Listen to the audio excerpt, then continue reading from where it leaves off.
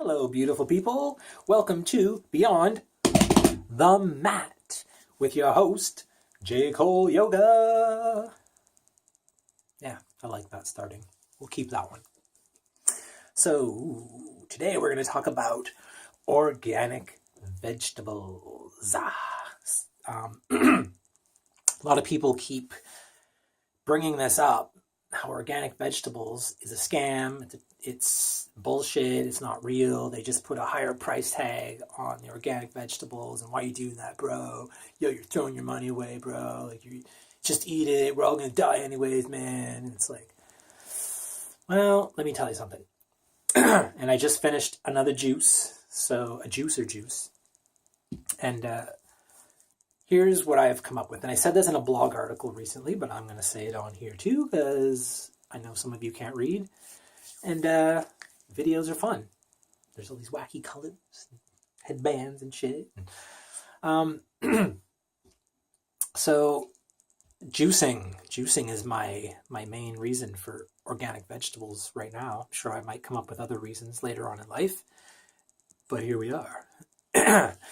So let's say, so first of all, everybody says like, oh, you gotta wash your food, wash your fruit, wash your fruit, wash your vegetables. So what you're doing is you're washing maybe an outer layer of some pesticides, dirt, other people's hands that touched the fruit, put in boxes, maybe a spider crawled over it or something. You don't know where that spider's been. You don't know where those iguanas have been. So that's all you're doing is washing off a lot of that stuff. And the problem is with a lot of fruits and vegetables that are sprayed with pesticides growing up is that during the development of, let's say, a carrot. So you've got a little baby carrot growing in the earth. Ooh, hello, I'm a baby carrot. And they spray pesticides all on the top so stuff doesn't eat the green bushy top of the carrot, which is fine. I mean, it's not fine, but for this scenario, that's fine. And then they spray it with water and it washes away. Well, where does that water go? It runs off, it goes down into the soil. And I don't know if you know how much percentage of a carrot is actually water weight, but a lot of it is. Carrots are one of the juiciest things that I juice. And that pesticide water is essentially seeping into the carrot itself. So as that carrot gets bigger and bigger and bigger, it's getting more and more pesticides inside of it. Now there's regulations in place that state, oh, my headband's falling off. There's regulations already. They know, supposedly, governments and these facilitators know how much pesticide is allowed to be in that one carrot based on the fact that they know that you can't eat 10 carrots in one sitting. You might eat one or two, maybe three at the most, big carrot. No one's even going to sit down and eat 3 or 4 carrots. Like, why would you do that? But when I make a juice, I'm definitely putting 10 carrots. And 10 carrots isn't going to make much more than a cup like this. And so that's not really a lot of juice. So I might use half of that with carrot and half with beet juice. And if I've got 4 to 10 carrots in one drink, while eating 1 or 2 carrots might have an acceptable dose of the chemicals and the pesticides that are in it for a human body to be able to handle, 10 carrots all at once, packed it in like that. No, definitely should not be eating that much pesticide and chemicals. And this goes for apples and everything else. I juiced some apples as well. And if you look at the volume of juice that comes out of an apple, I mean, how many apples can you eat, really? 4 at the most, probably. And again, why would you sit and eat more than 4 or 5 apples? I juiced about 10 apples the other day, and I got less than a measured cup of juice come out of it. So that's really compacting a lot of the pesticides into one drink. So that alone is my case for organic vegetables. If you want to get into talking about the price of them and everything like that, I mean, that goes above and beyond. That goes into like the greed of the farmer, not wanting to. So here, let me start from the start. Let's say you want to become just a regular farmer right now today. So you go to the bank and you get a loan and you buy all this farm equipment and you change the landscape and you get everything ready and you grow some vegetables and you think in your mind, yeah, okay, well, you're not charging that first round of customers enough for those vegetables to pay your whole loan off all at once. No, you understand that over the next, whatever, 5-10 years, you're going to slowly pay that loan off. You're not going to just charge outrageous prices. And this is what a lot of organic producers are doing, because they're saying things like, oh, I got to pay for all this.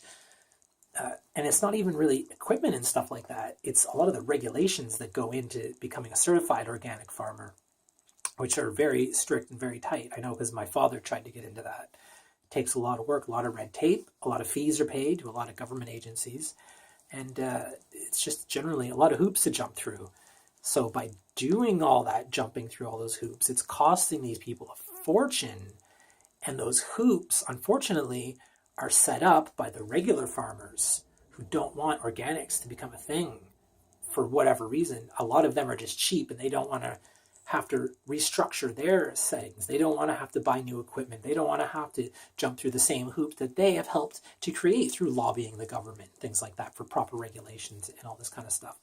So essentially, it really comes back to a lot, and not in all cases, but it comes back to a lot of the farmers just really wanting to make a quick buck, get this done, get it out of the way, and really trying to pass all of the fees down to the end consumer. And instead of spreading it out like they would have done with their old past crops over 10, 15 years span.